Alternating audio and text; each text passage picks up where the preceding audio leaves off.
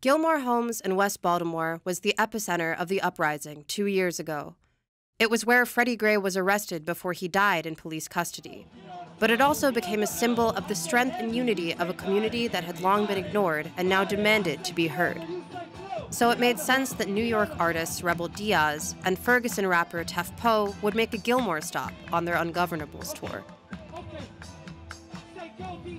The purpose of the tour is not just musical, it's political, too. You know, like if you're just making a bunch of rap records with no real tie-in to the work, then that's kind of just a self-serving mission. But we try to mix it up, combine both. I mean, some spaces are spaces that are just for music, that are just art-driven spaces, but, you know, in regular society, in our regular lives, there's a lot of work to be done in general. There's a lot of places to plug in at. So for me, it's about using the hip-hop to show up in ways that other people can't show up. So they chose to perform in the housing project instead of at a traditional music venue. I firmly believe that poor people, you know what I'm saying, gotta unite. You know what I'm saying? Like, I think that, like, a lot of times we talk about struggle, and the reality is that what brings us all together is that we poor.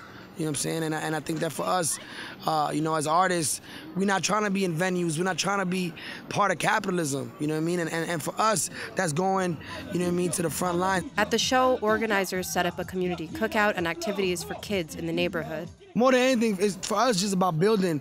And you know, we believe in solidarity. We don't believe in charity. You know what I'm saying? And so for us, it's important to, you know, be present in communities that are marginalized and communities that are living struggle, because that's the communities that we come from, you know what I'm saying?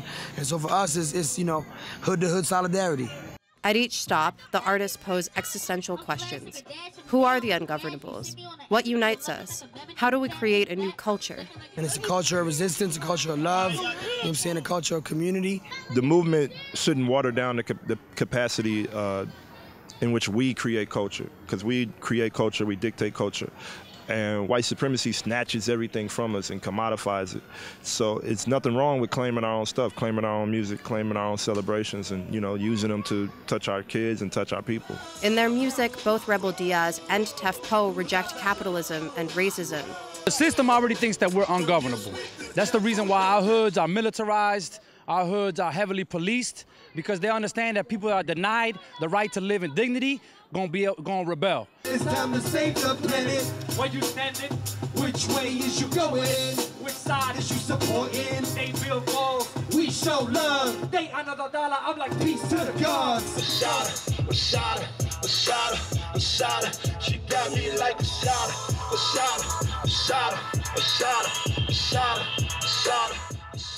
And push for a movement for justice, not just across the country, but across the world.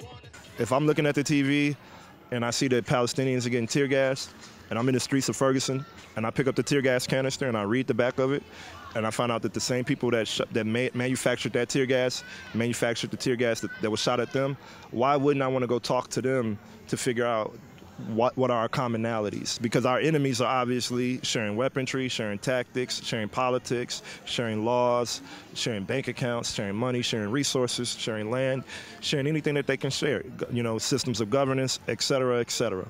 So it would be illogical for us as people that are oppressed and people that are black and brown, and people that are second-class citizens in the world. It's illogical for us not to connect with each other. We got to. Because as Rebel Diaz noted, it's not enough to say what you're against.